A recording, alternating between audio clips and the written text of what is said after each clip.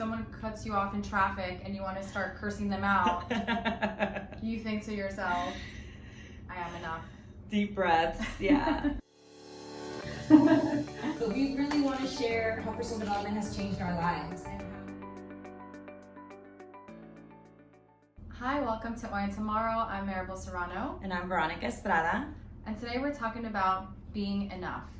We decided to talk about this because there is an underlying experience in all of us about not being enough, comparing ourselves to other people, friends, family, strangers, especially during the social media age.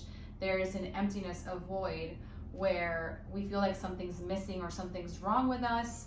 We're or just like, not... when I lose this weight, then I'll be happy. When I find a man or a gal, or when I get promoted, then I'll be enough, right? Yes. I think that sense in our society of when I get the next thing, when I buy a house, when I pay off the house, when I pay off the student loans, when I graduate, it's always a thing. So we think it's super important to talk about that and how we can start changing ourselves now and being so much happier with our current lives without changing anything. And sometimes even with the realization that we're enough, it's still difficult to take it in and actually experience it.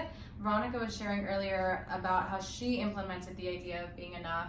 So I'm going to interview her about what her experience was like so that you all can grab the value that's available to you and put these habits into practice on a daily basis. Oh, I'm actually super excited because I'm learning a lot from the conversation already. Yay. So we'll get started. So what got you into the mindset of starting to really see yourself as being enough? And what do you consider it to mean to be enough?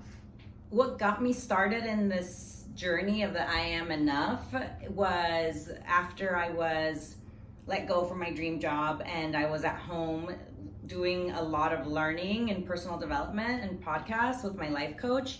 And I heard a guest, an author and therapist, Marissa Peer, talk about this philosophy of I am enough and how to easily start telling yourself that so that you can ultimately be happier. When I lost that job, I didn't know who I was anymore. It was like an existential crisis because I remember that you worked your entire school career thinking about that job. Yes. And you finally got it. So once it's gone. Right. And my whole professional career had been in that direction, right? So like every contact I made, I still was in touch with. So it was just felt like this deep humiliation of you had everything and now who are you? Like you're not a private banker anymore. You don't work at this top bank, one of the top banks in the world. Who are you? And I just started feeling like, I'm not anything. Because so many times we're used to the happy ending. And then what's next, right? So you got your dream job and then lived happily ever after. But then there's this. But then I didn't. But then it continues because what happens? No one prepares you for losing your dream job. What happens then? So I can imagine that it was shocking. Yeah, it was. But looking back, it was the best thing that could have happened. And it got me on this path of realizing that I felt like I wasn't enough at a cellular level. And that realization opened the door to figure out, how do I make myself actually feel like I am enough? How do I, as an unemployed person, feel like I am enough, I am doing enough, and stop saying yes to every single invitation I'm getting, stop saying yes to stuff I don't really want to do, stop saying yes to things that don't serve me because I was so used to achieving and doing the things and being at all the places I needed to be and be seen. How would you describe not feeling enough or feeling enough? Like, what does that actually mean for us? No matter what is going on in your life, no matter if you're at the top of your game or you're going through a valley in your journey, in your life, that you are still deeply content and happy with who you are and your life and you as a person, and you value yourself despite the highs and the lows and the relationships coming and the relationships going. You always respect yourself and you honor yourself because it doesn't matter.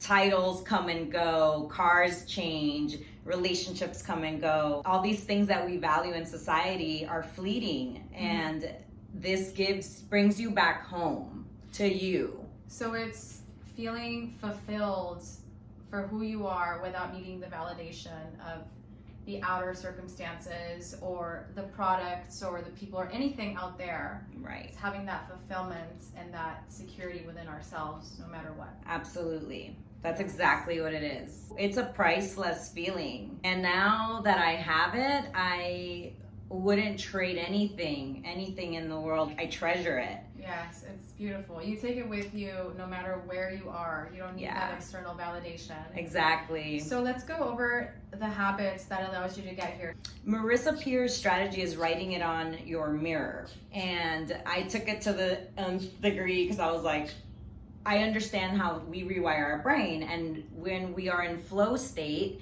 so we're doing something normal, like that we know how to do, we don't have to think about doing. For example, doing our hair for us, or driving or taking a shower, or washing the dishes. You're not thinking like, this is how I'm washing this dish. Our mind typically runs away and thinks about whatever it wants to think. And training my mind every time I was washing dishes or driving, reminding myself, I am enough, I am enough, I'm enough, I'm enough. And just saying it over and over again helped me lock it in. When someone cuts you off in traffic and you want to start cursing them out, you think to yourself, I am enough.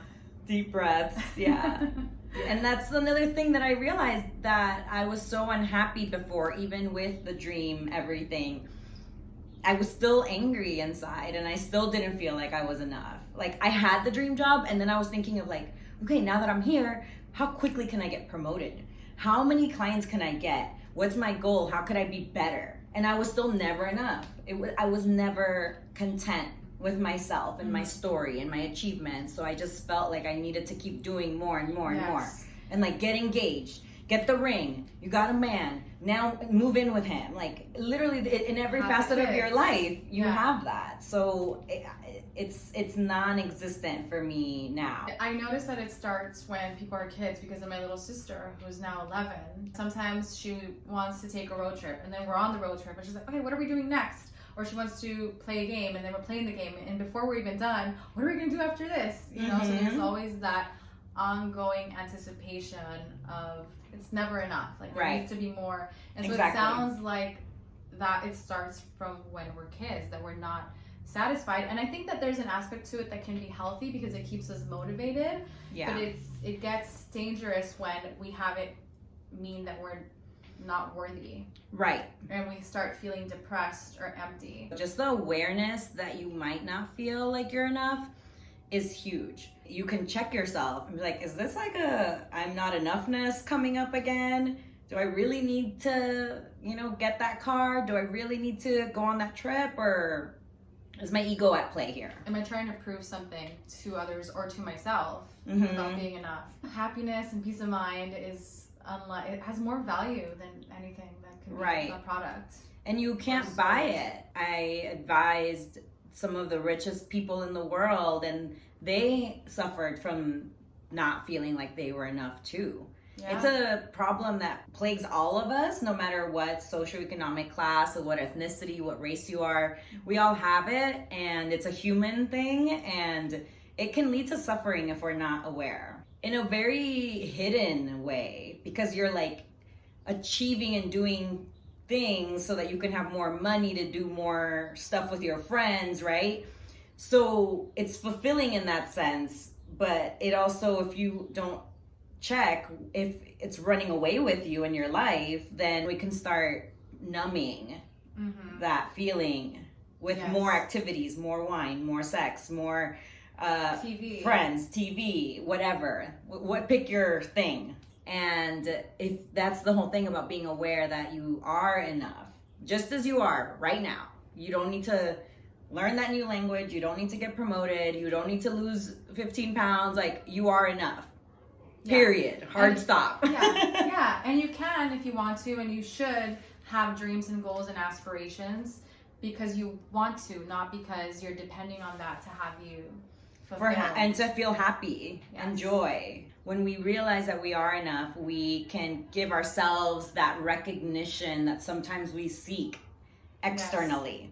Priceless. Like, that's literally, there's no, you can't buy that on Amazon. Like, you have to cultivate it yourself. And these practices that I started, where I wrote it with dry erase markers from my friend's company, Clean Slate, I would write it on my shower because it was plastic. So I would write, I am enough. And every time I was showering, saying that to myself and seeing it, our mind is so powerful that when you can see something peripherally, your mind is still seeing it. So it's getting wired into your brain subconsciously. So I knew that the more I put I am enough in front of me or somewhere I could see it, the easier and quicker it was going to get installed into my body. Yeah. And once it's there, you can't get rid of it. We have some action items for everyone watching for you to have that same fulfillment and joy within yourself, regardless of where you are not in life. And those action items are to habitualize by writing it on your shower,